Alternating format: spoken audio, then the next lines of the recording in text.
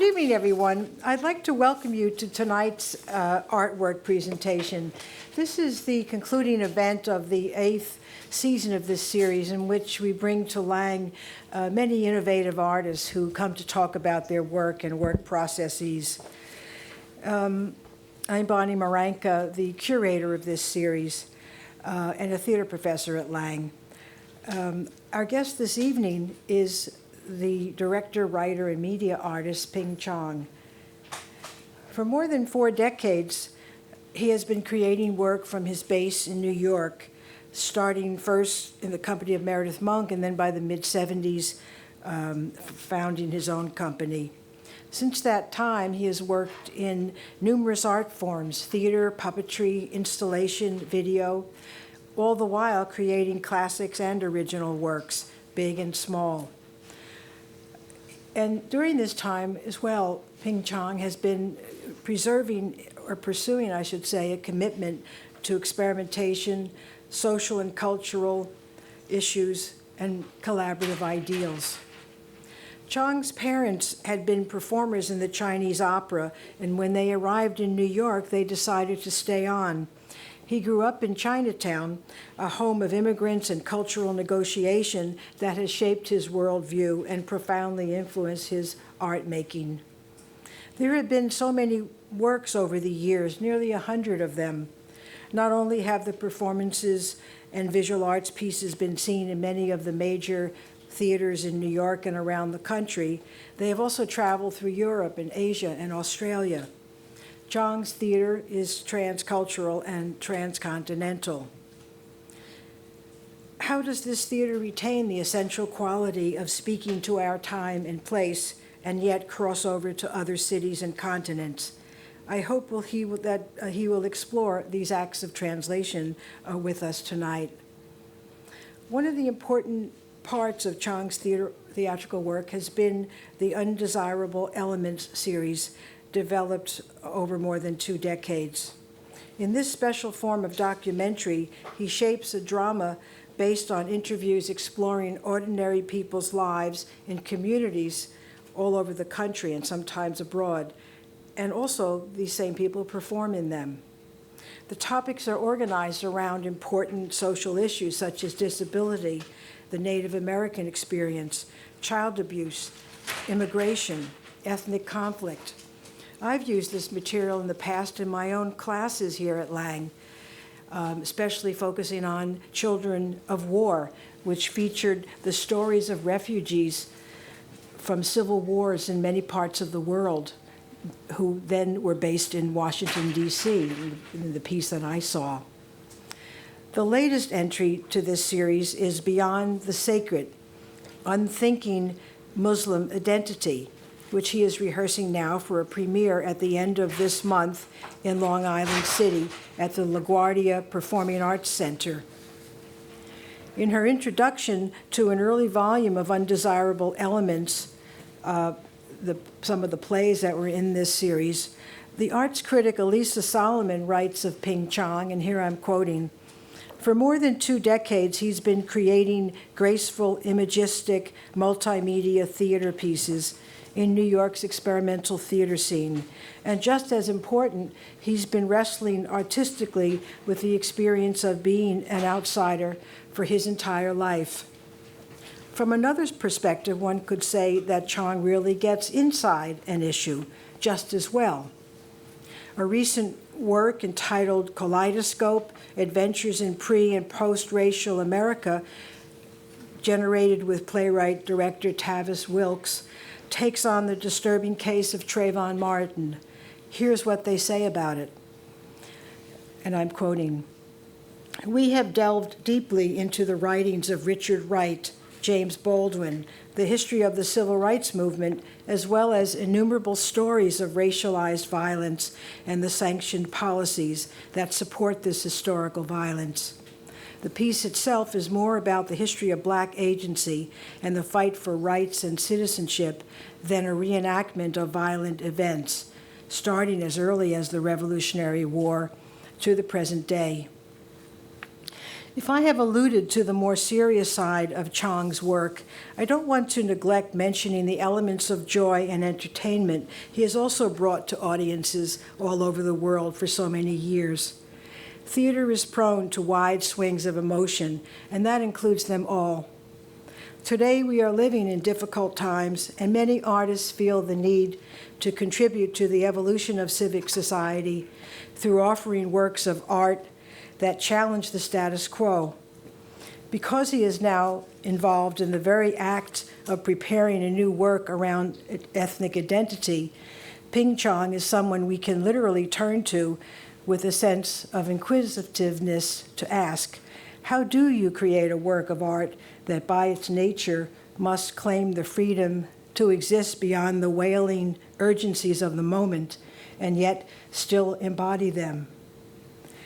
Please join me in welcoming our guest, Ping Chong.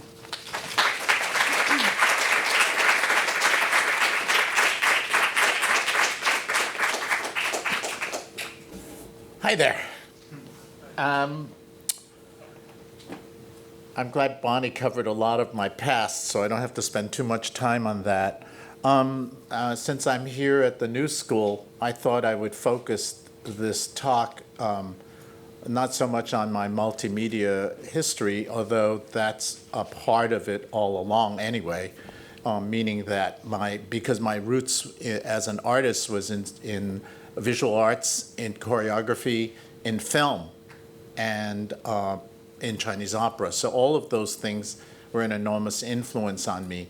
But I started out in the generation that really started to use media as a big part of the theatrical experience, whether you want to call it performance or you want to call it theater.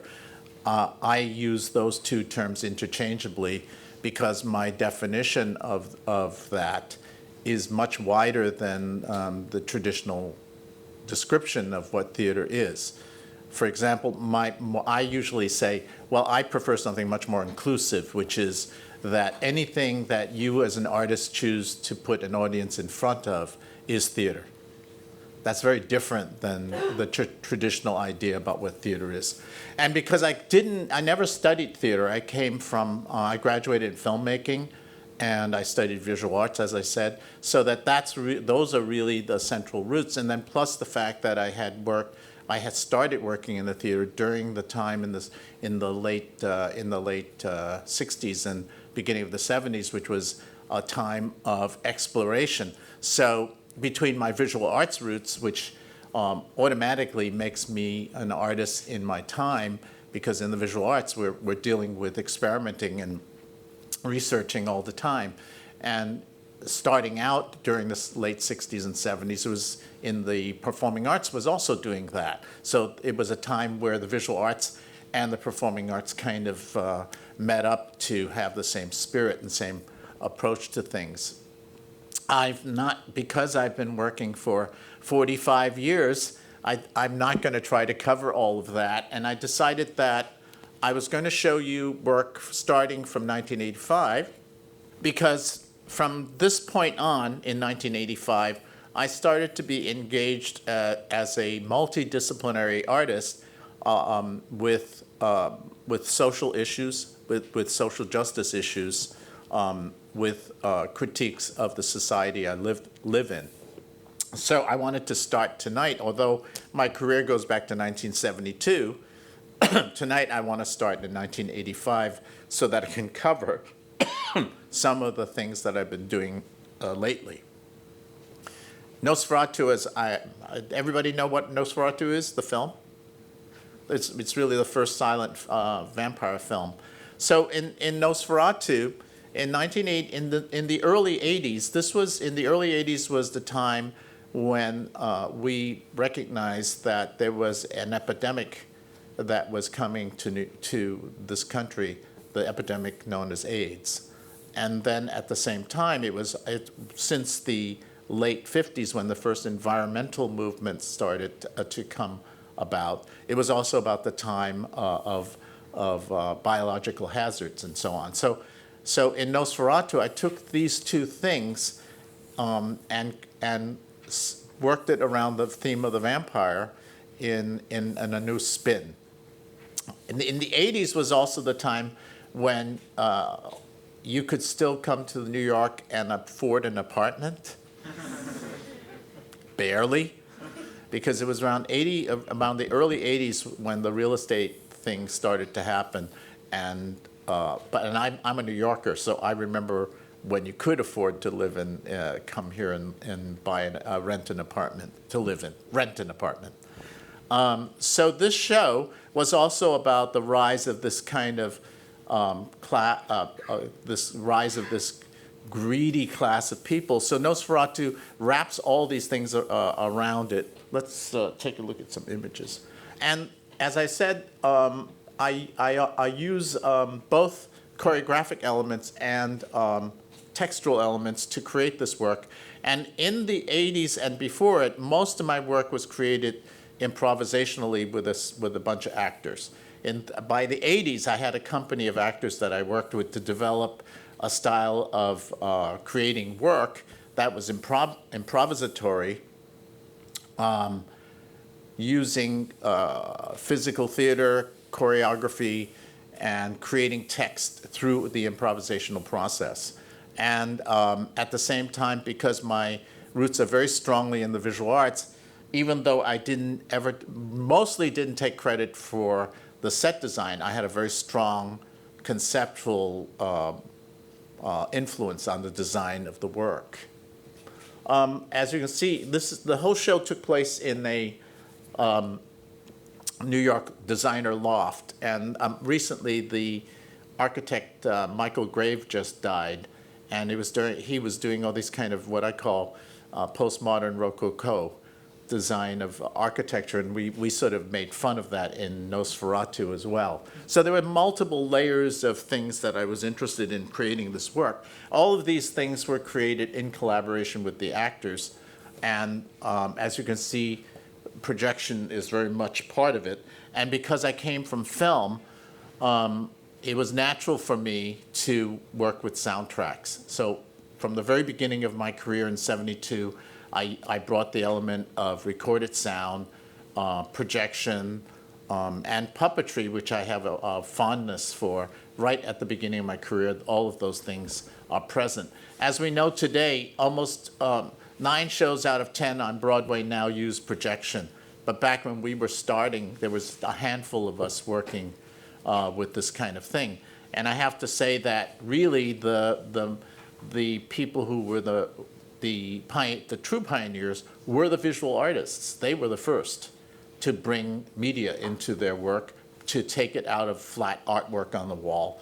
And then the contemporary dance folks were the next pioneers. The theater was really very conservative, so it took it a long time before it embraced this idea of using media, of both oral media and visual media, as part of the vocabulary of creating theater work, you know. So back then, there were a handful of us doing this. Nosferatu is about our society, and the thing is, this was made in 1985. It could easily be done today with some of the references in it slightly altered to speak to the present. But basically, the show is about greed. It's about materialism. It's about a society that's empty, and it's about a living dead. That's what the title Nosferatu means. And so, at the end of the show, the vampire, the walls of the set open up, and instead of a Gothic castle, you see a biohazard zone. And the vampire enters the apartment to exact his price for the kind of emptiness that these people live with. And here he enters. They don't see him, and she's all the characters are named after the Bram Stoker Dracula novel, and so here Nina Hawker is entering the apartment with her Nouvelle Cuisine dinner, to the applause of the guests as the vampire is about to do them all in. So it's a kind of fable. And the very last thing that happens is Jonathan Hawker, who lives in this fancy loft, goes and talks on the telephone with someone that you don't hear. You only hear him speaking. And he's telling the person, you signed the contract, it's not my problem. You signed it, it's your loss, too bad, tough luck, drop dead. And at that point, the vampire lunges at him and the show ends. Immediately after this show, AIDS, biological hazard, a society on its way to becoming completely empty, and we're continuing in that same direction in New York City. I moved to something that was also going on at the time, which was about identity issues, about the way we stereotype each other in this country. And because Nosferatu was a very technical show, very elaborate technically, I at that time I often went from very technical, elaborate shows to totally stripped down shows. So the next show I made is called Kindness. We'll get to it. And Kindness has an empty stage, folding chairs, almost no set at all, some projections, but that's it. And dependent totally on the five or six performers in the show. And the narrative is wrapped around a simple idea. It was kind of based on something called the Archie comics. I don't know if they still exist. It was inspired by that. And each character was a stereotype. It was like the Irish girl whose family's drunk. You know what I mean? So all these stereotypes that you have. The spin on it is that one of these kids in this suburban neighborhood in the 50s, this takes place in the 50s during the Korean War, is a gorilla from Rwanda who's an exchange student, a high school, an exchange student, and they grow up together in this very American milieu, and it's about this question of identity and stereotyping of each other. And the irony is that Buzz isn't, and then I also, within the show itself, there were these little playlets inspired by the little comedies, Laurel and Hardy comedies. I don't know if you know Laurel and Hardy comedies, but they often had gorillas running around in their comedies. So, and a lot of old movies had gorillas as a device for comedy. So there were two little vaudeville playlets in the show that we also threw in just for the fun of it. But the show was really about these kids growing up in a nation at war. And at one point when the blue blood waspy girl's brother is killed in the Korean War, all the kids scapegoat Buzz, the gorilla. Buzz is the gorilla, and call him all kinds of names. But the names are totally pan-cultural. It would be like, towel head or nigger, everything. So that it's really about how the scapegoating happens all the time. And you can see that today with what's happening with Muslims in this country.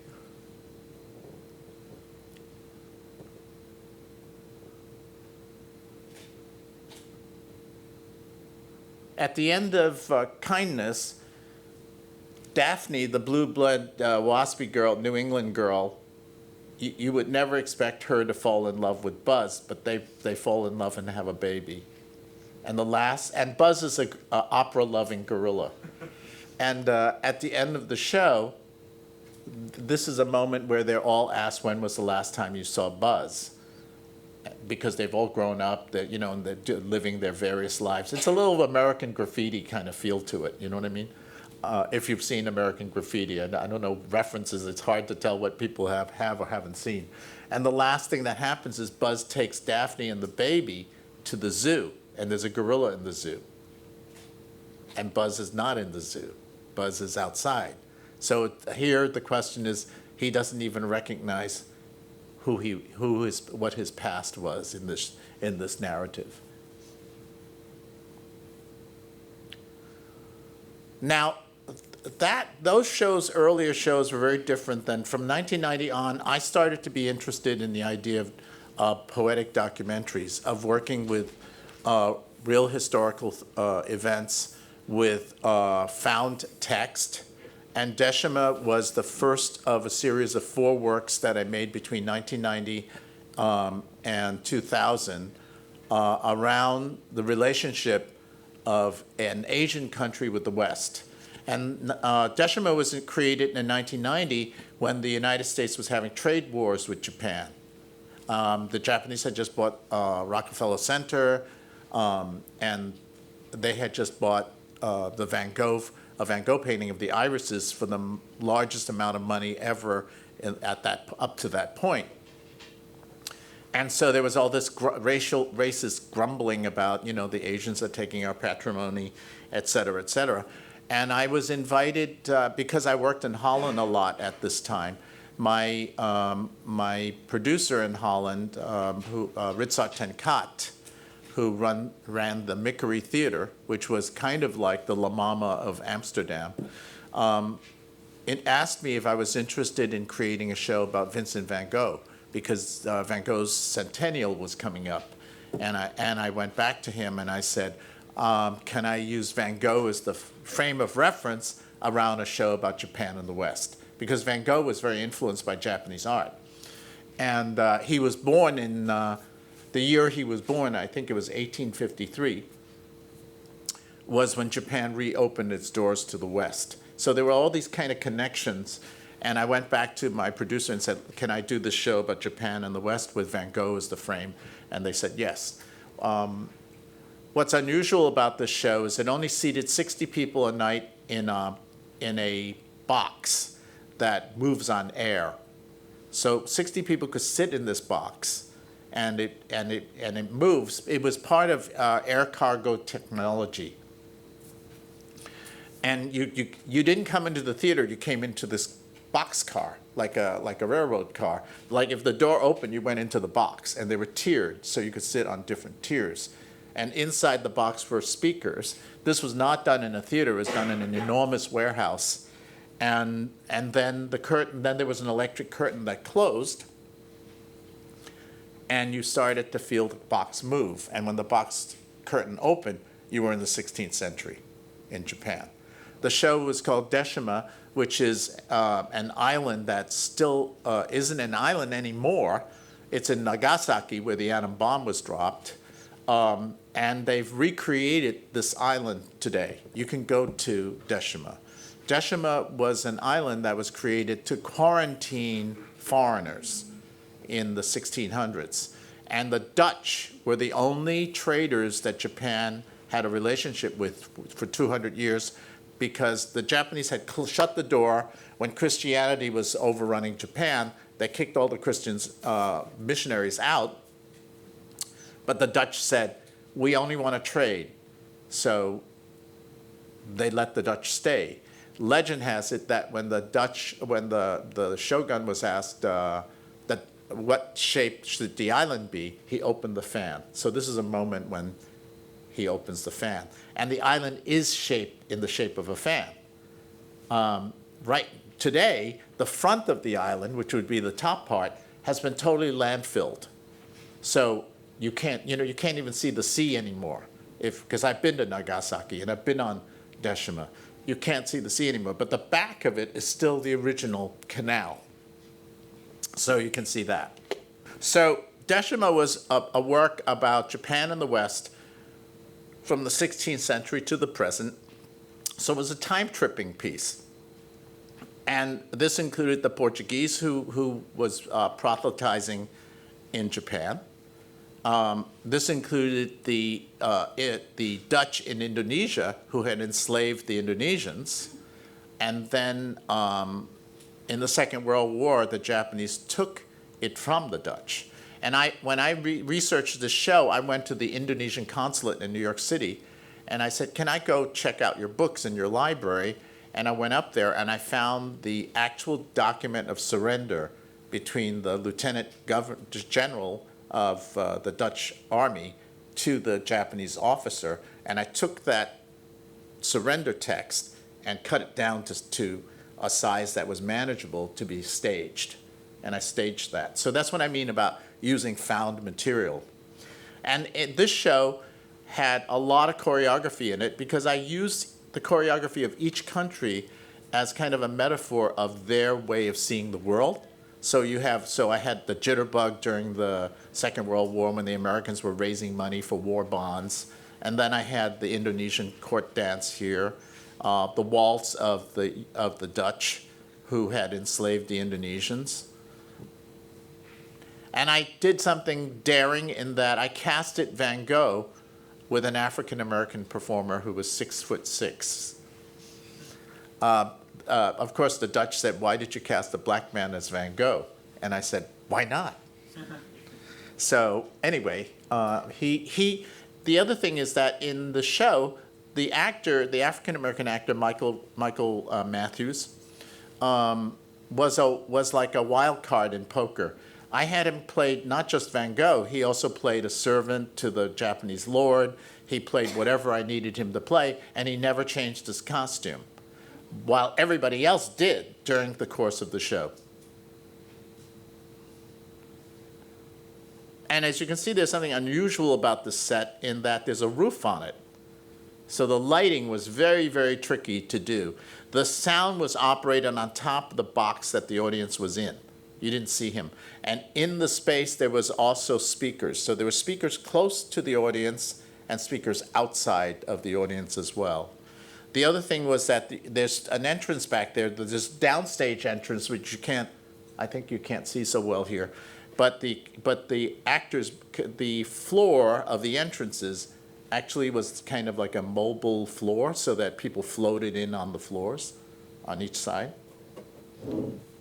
This was in the early days of computer projection. So it took a week to program the show. It was like a nightmare. It was like 9 projectors, and it took a week to program. So the show moved back and forth in time, including the Japanese-American internment camp. So this is the section of the Japanese internment camp as well. And it ends with the African-American actor playing an American businessman, arguing with a Japanese businessman. He played both characters, alternating, without, on stage. He just stays on stage, and then he becomes a Japanese businessman, and he becomes the American businessman, arguing about who was making more money selling the Van Gogh, from the Van Gogh painting, because the Japanese had bought the painting and was taking it on tour in Japan, and the Americans were making zillions of postcards of it and selling it for $3.95. So it was a completely absurd idea. And at the end of this argument between them, they decide to agree on making a deal, on trade deal, and at which point they ask for the photographers to come. So in secret, they've made a deal. In public, they're ready to be all friendly and so on and so forth. And in the back, I don't know if this is backwards or not. Is this slide backwards? I can't see from here. But it should say product, communication, marketing. During the course, the show was divided into 3 sections. The beginning of the show, it was a big slide came on with the text, "In the name of God and of prophet." And in the middle of the show, it says, "In the name of prophet and of God." And then in the third part, it says, "In the name of prophet, no more God," which is where we are. Okay. Finally, at the end of the show, the car moves into a second set, which is the Van Gogh cornfield with crows painting. And we have 3-dimensional crows brought on by a stagehand, and a miniature train crosses the horizon behind Van Gogh, who is hawking his own postcards, which is sort of my little comment about the fact that the artist is never, ever going to make any money. What was interesting is that when I did this, I hadn't seen Akira Kurosawa's Dreams, his film. Do you know the Japanese filmmaker Akira Kurosawa? Anyway, he made a film called Dreams, and he had Van Gogh in the film, and Martin Scorsese plays Van Gogh in it. And there's a moment where Van Gogh's in this cornfield, and a train goes by. And I just went, that is so bizarre. I mean, it was like that we were both doing the same thing. Truth and Beauty, again, continues in a different vein, my interest in social issues, in this case, in America. So in that sense, it's related to Nosferatu. Truth and Beauty was inspired by the Columbine killings, and it has two themes in it. One is around guns, and the other one is around advertising. Advertising as something that has colonized the modern world and our minds.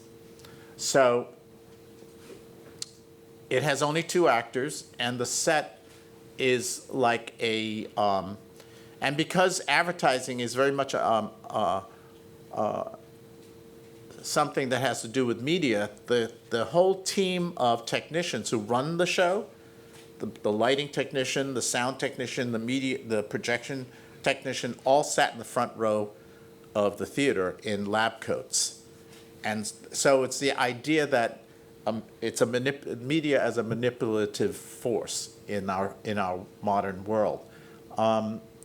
In almost every scene, we have guns in it. And there's one scene where we actually met a survivalist who showed me how to use all kinds of different guns and told me about the impact of the guns on a human body. And we that night went into the rehearsal room and pretty much used what he talked to us about and created a scene out of it. This whole show was also completely improvised with the actors. There were 4 monitors which had pre-recorded video, but which also had live feed. And then there was one monitor in the corner that the stage manager can change, that was of whatever was going on TV that night. And she can change it at any time she wanted to. So these were all the elements on the stage. The two actors, there is a kind of through-line narrative, but the two actors play multiple characters, never change their costumes or anything. But the through line is that there's a young, disaffected, out-of-work factory worker who is about to do something drastic, but you don't know what. And as you follow through the show, you get to the end of the show between this world of advertising and this world of guns, and you get to the end of the show, and you see him construct a pipe bomb on stage. And at the end of the show, at the very last moment, he is finishing the bomb. The advertising CEO is talking about creating a campaign around a disaffected young man who's alienated from American society, and we're going to do this campaign of this disaffected young man and how to bring him back into society. And then the young man lights the bomb on stage, and then the show ends. This show was made 5 years before the rampage at Virginia Tech. Do you remember Virginia Tech, the killing of Virginia? So this was done 5 years at Virginia Tech before that killing.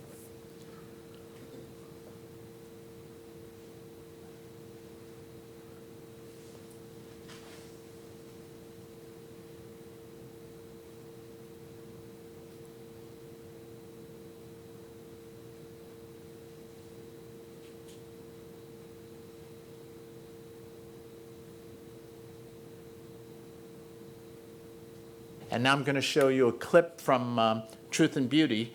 And in the clip, two actors on stage describing different things.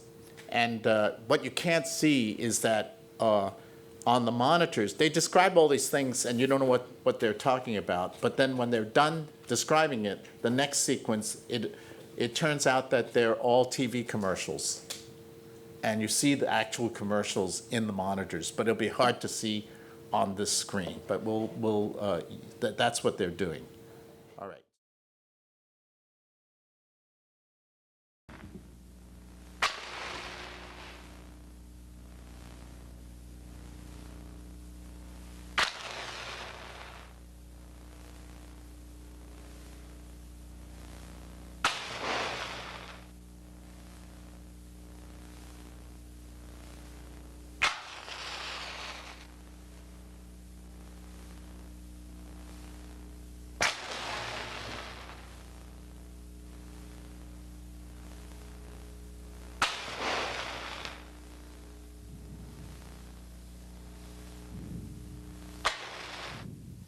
Number 1, I Think I Love You by David Cassidy is playing.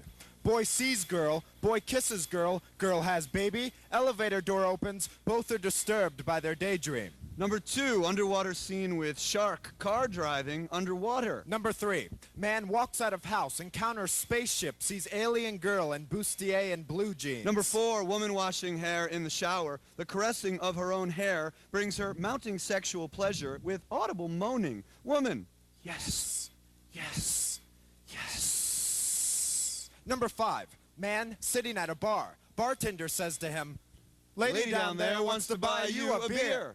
Man looks around, sees empty bar, then says, What lady? Bartender says, He doesn't get it. Woman says, I think he will. Man drinks beer, then sees beautiful woman where there used to be an empty bar. Number 6, animated pen with mirrored sunglasses. Bikini-clad woman reflects in the sunglasses and the pen does a double take. Number 7. 3 men on the beach in beach chairs as 3 bikini-clad women walk by. One man looks to another and says, Your turn, man. The women rewind as if on video and walk by again. Number 8, man opens gym locker and pinup calendar is displayed on the door. As he takes off his clothes, the model in the calendar changes expressions with looks of lust. Number 9, man in lounge chair sitting next to a cooler full of beer. He shoots a laser into the clouds. Boo, boo, boo. The sun begins to shine where the laser cut the clouds and then shows man with 3 voluptuous women laying on a blanket and their bodies spell. Number 10, woman sprays cologne on her wrist. Walks by man. He smells her, smiles, and turns his head. Number 11, man and woman soaking wet. Man reaches out and touches woman's face with a dripping finger. Number 12, man and woman kiss. He looks up, and as he exhales, his glasses freeze up. Number 13, man changes from work clothes as he steps into a tropical paradise where the 3 voluptuous women wait prone. On a blanket. Number 14, men and women exchange lascivious advances leading towards sex. Number 15, a fountain spews water into the air on some older women. They are transformed into young, good-looking, party-going babes. A babe walks towards us with a ravenous look as she is being drenched by falling water.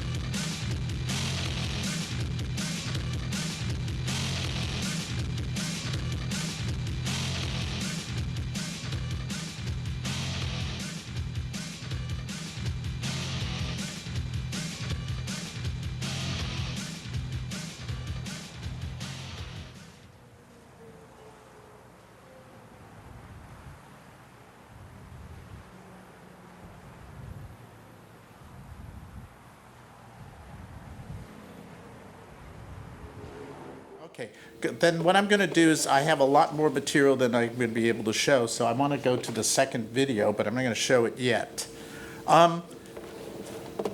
So this was made, as I said, 5 years before the killing at Virginia Tech. And in today's papers, we know that in North Charleston, a African-American man was killed in cold blood. And until this point, one hears of a police officer saying, I was fearing for my life. And that's what happened with Michael Brown, as you recall. And so it really brings into question how who you should be believing. And when Trayvon Martin was killed a couple of years ago, I wanted to do something around that subject. And this past fall, we did our first incarnation of Kaleidoscope, Adventures in Pre- and Post-Racial America, which is a project that's going to travel to different universities and possibly open in New York separately.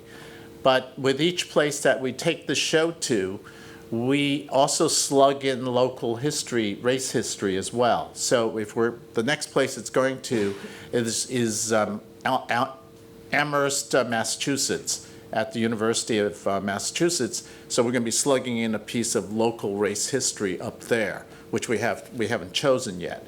So the show is built so that it can incorporate local history.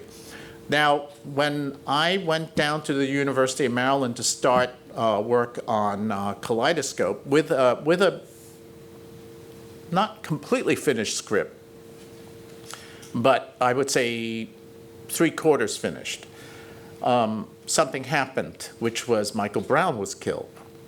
So we incorporated that. Originally, it began with Trayvon Martin and ended with Trayvon Martin in the show. And in between was a kind of building up of evidence of how this event could have happened in America based on the historical events that we chose of race history in America. So the show moved from Trayvon to slaves before the American Revolutionary War, petitioning for their freedom before the Revolutionary War, because the revolutionaries were saying we're being enslaved by the British. And the slaves are going, well, duh, you know. And so that scene included a Muslim, because 15 to 30% of the slaves were Muslims. Now, that's completely wiped out in the historic record in this country largely. And ironically, or rather more interestingly, for some odd reason, Brazil has a better record of this history. But anyway, I wanted to open it with a call to prayer with that scene to remind us that Muslims are not strangers to these lands. And we do more of that in our show Beyond Sacred that we're doing at the end of the month at LaGuardia. So the show takes factual material that I research as well as found material, because we also used the case history of an African American doctor who moved to Detroit in 1929 or 1919, something like that. And his house was terrorized by the town whites because he moved into a white community, and he was put on trial because one of the mob people were shot by his family, members of his family who were trapped in the house for 3 days. And the case was, the defense lawyer for the African American family was Clarence Darrow. Clarence Darrow was defended the Scopes trial, which was the monkey trial. I don't know if you're familiar with the monkey trial. But anyway, it was the trial about creation, teaching creation versus Darwin. And so we also incorporated the final defense of Clarence Darrow in that scene as well, and the witnesses and what the witnesses said at that event of the incident of the killing. We also included a Richard Wright short story that I totally rewrote of an African American man in Chicago who, because he's out of work and he can't find work, he dresses up as a woman because he can get work as a maid, and then the consequences of what happens when the white husband tries to rape him. So it's a totally black comedy, and that I rewrote. We also used the testimony of one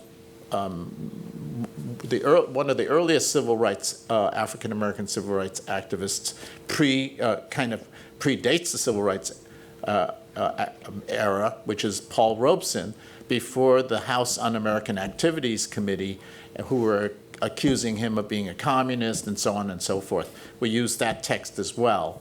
And the National Democratic Convention of 1968, the testimony of the Black Mississippi delegation that wanted to be seated for the election that year, and wanted to testify at the Democratic National Convention, and LBJ trying to prevent it because he was afraid of losing the Southern votes for the Democrats. So that was also incorporated into the show. And finally, we staged the Michael Brown Memorial that was set up on the street for him at the end of the show.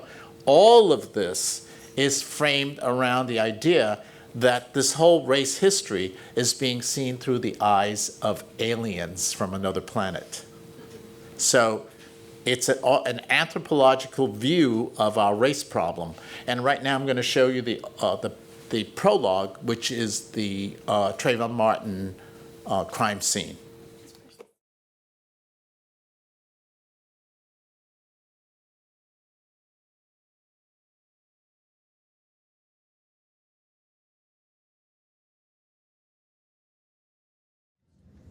Please stand by while the system restarts.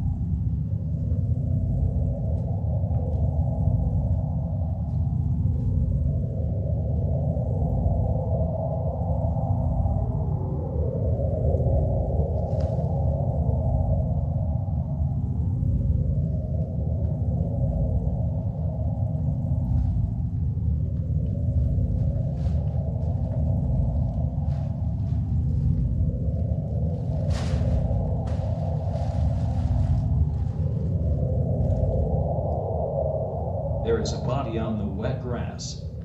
It is under an orange plastic tarp. The body is still warm to the touch, but with each passing hour its temperature falls about 1.5 degrees Fahrenheit. After 6 hours, death will stiffen the corpse because blood will no longer pulse and pump through it. This is called rigor mortis. The time in which a person takes his last breath is not necessarily the time at which they die. The human body can function for a period of time without oxygen. The human brain reportedly surviving several minutes without it. While the body as a whole is dead, little things within it are still very much alive. The body lying prone on the grass, under an orange plastic tarp, is completely still. Though it isn't visible, the head is now turned to one side, and the eyes and mouth are open. What is visible is a foot in something called a high-top sneaker. An hour earlier, the body belonged to a living boy of 17 years of age who had come from another place. A half hour or so before death, the boy had gone to a 7/11 for a bag of Skittles and an Arizona watermelon cocktail. On his way home, he encounters a heavy-set man unknown to him who was packing a weapon. A weapon is a thing used to kill, to extinguish life from the living. 15 minutes later, the boy is shot with the weapon at close range. 15 minutes earlier, the body was still a boy, until a bullet from a black Hectech PF9 semi-automatic pistol, a gun, tore through the left side of the boy's chest, which made the boy a body, and no longer a person. All around the body and on the grounds of the entire gated community of the retreat at Twin Lakes was wet grass. It was wet with what they call rain, otherwise known as precipitation. The rain was warm to the touch.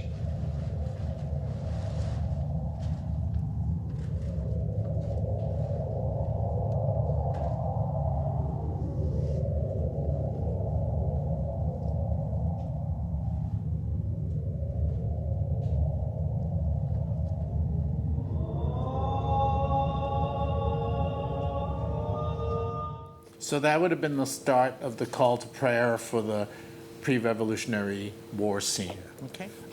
We're at an hour, so I'm going to keep showing slides, but I'll take questions if you have questions. This is still. This is from this is slides. Yeah. I'm going to move forward to just keep showing slides if you have. Do you have questions, anyone? Yes. Should I go to the microphone? Yes. Okay. Yeah. I was wondering if you could elaborate on your use of improvisation, specifically when you choose to use it and how you utilize it, and what you say to the actors before you start one. Often we will, like with the gun scene, we had met the man. That one was because we were taking a lot of verbatim from what the survivalist said. So we would take what he said, and then the actors would get up on stage and start to improvise. And when they start to improvise, I would say, say more of that, say less of that. That's one thing. And in Nosferatu, we had read a lot of articles about the kind of shallow values that these, interviews with, at that time it was called yuppies. I don't know what they're called now. But with interviews of all these kinds of people, and then they riffed off this kind of mentality, like, I'll have a 3-dinner night, or, I'm New York, Paris, London, just playing off those kinds of things. And sometimes if I'm using music, then they're also working along with the music too, because when we're doing these improvisations, they're also staging at the same time. That's one of the things that's interesting about improvising, is that I'm staging what they're doing at the same time. When you're doing a play, usually you're reading, you do a reading and then you get up and you try to put it together. But in this case, we often start staging as we're improvising. That helpful? Yeah. Okay. Anything else, anyone? This is a show, by the way, about the Congo, about how in the late 19th century, today we're fighting over oil.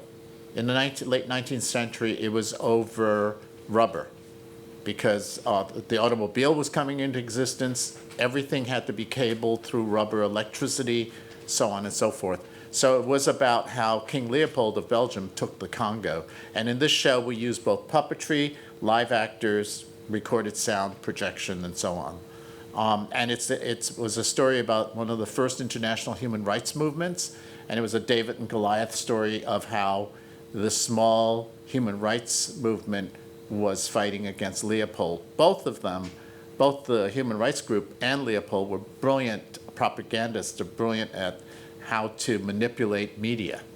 So this was an early story of media, because the thing that exposed the killing of natives during the enslaving and killing of natives in the Congo, some 5 million people died collecting rubber for Leopold. And it was exposed through the Kodak portable camera. And this show opened when Abu Ghraib was happening. So, just to show you these. And I incorporated a very famous novel about the Congo called Heart of Darkness into it. So at the one hand, it's the story of how Leopold got the Congo for himself, how the human rights movement fought him, and paralleling that is the story of Heart of Darkness, of the ship captain, boat captain Marlowe going down the Congo River and discovering the horrors that were going on with the Belgian colonialists. Can you talk a little bit about how you developed that piece with all the historical information and the multimedia?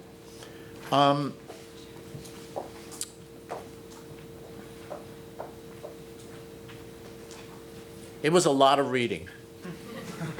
It was a lot of reading. I went to Belgium. I went to Leopold's, source. I met colonialists who had been in the Congo. I met a priest who was in the Congo in the 60s.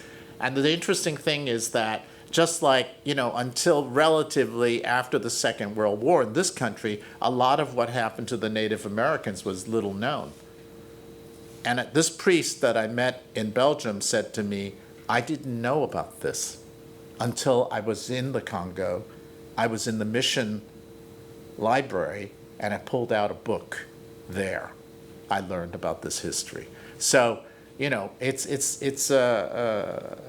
the kind of thing that, is really shocking but true. So I did a lot of. I went to Belgium to talk to anthropologists. I met people who were on a commission to reopen the murder of the first prime minister of the Congo by Belgium and the CIA and so on. Because the Congo in the 60s, when it became independent, it was rich. The trouble with the Congo is it's rich in minerals. And today, it's still violent because the First World wants the minerals for our computers, for our laptops, for our iPads, and so on and so forth, because the Congo has like 70% of this mineral that we require in our equipment.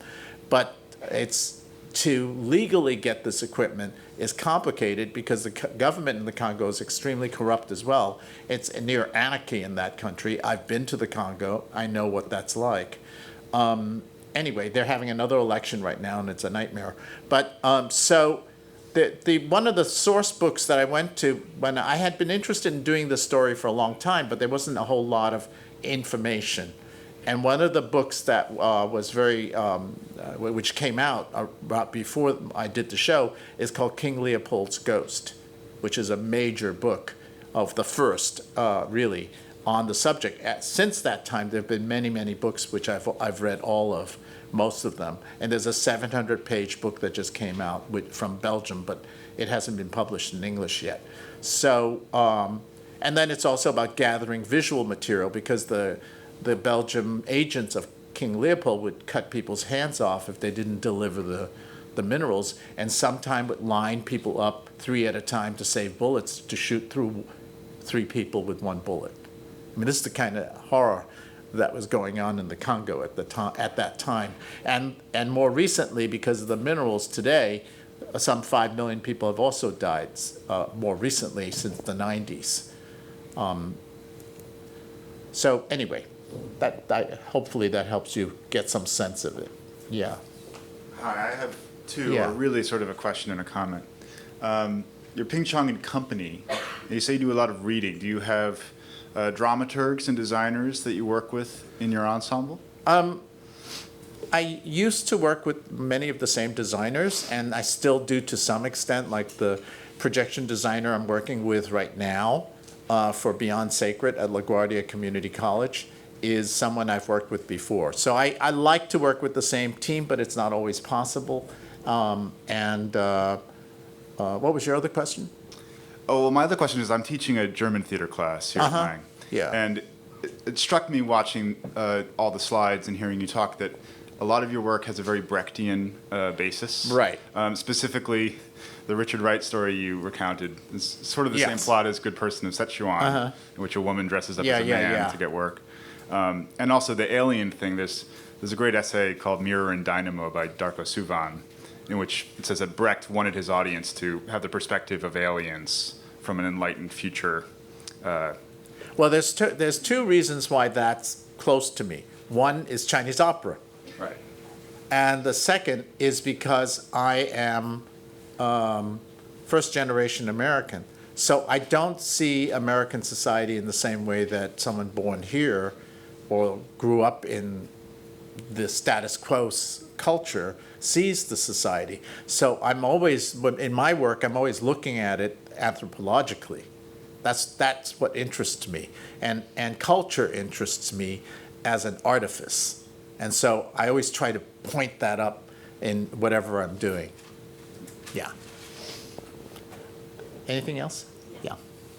I'm new to your work. I've never been exposed to your work before, but it seems to me that it's almost a living archive of racial violence, where through performance and improvisation, you're moving through history, but also responding to violence as it's unfolding in the contemporary moment. And I was wondering how you think about the tension between documentation and performance, because on the one hand, an audience would need to be there to see the various permutations, you know, when you gave the example of how it's going to be in Massachusetts versus how it would be in a different place. So is it important to you to document each permutation in a way, or that it be ephemeral and performative? But documenting costs money. Yeah.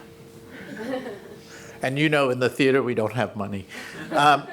We try to document. I mean, Beyond Sacred, the Muslim project, we actually, because the producer is doing a whole year of Muslim art and culture.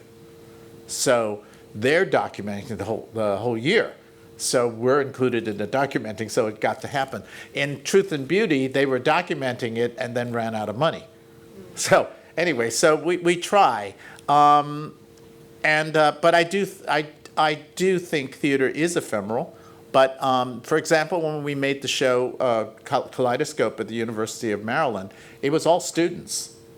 And it was very hard because we're dealing with very difficult material.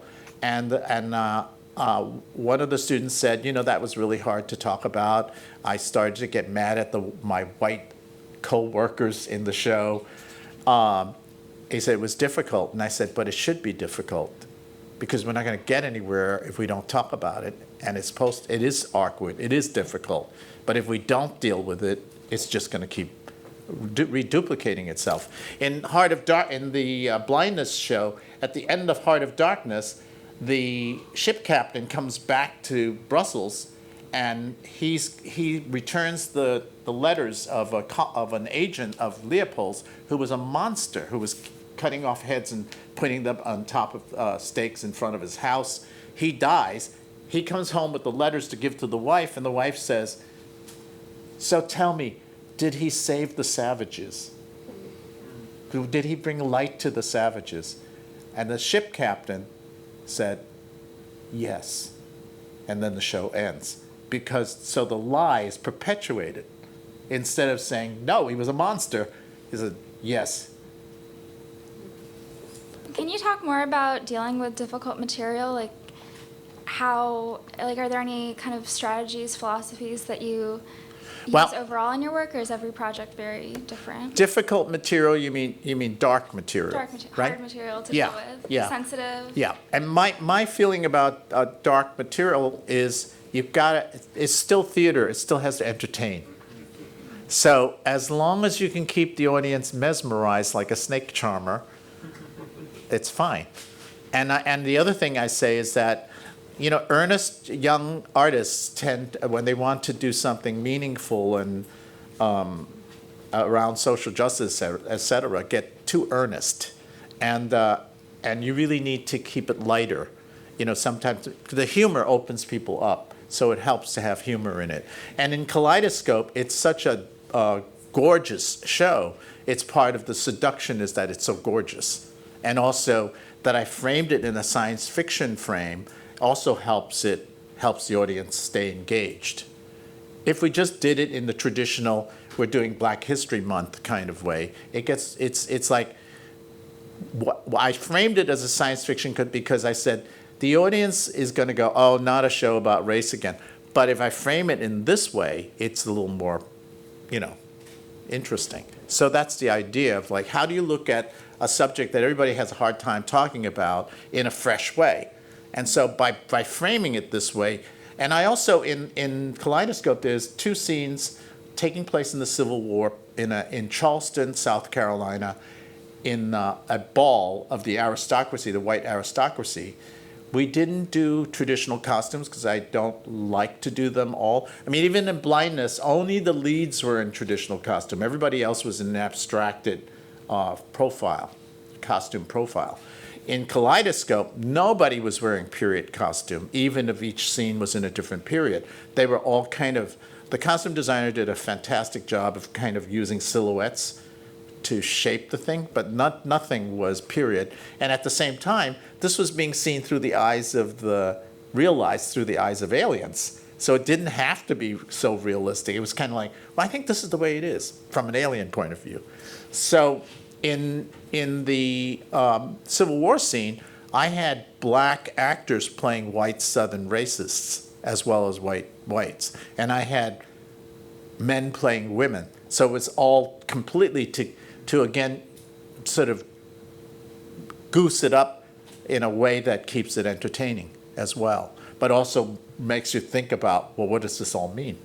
You know, to keep your mind, vibrating. So mainly it's about not getting too earnest and keeping it entertaining, because theater is about entertainment. I hate to say it, but that's the bottom line. You either keep them in the seats or they leave, Thank you. Yeah. Anything else? Well, thank you all for coming today. I'm just going to keep rolling these.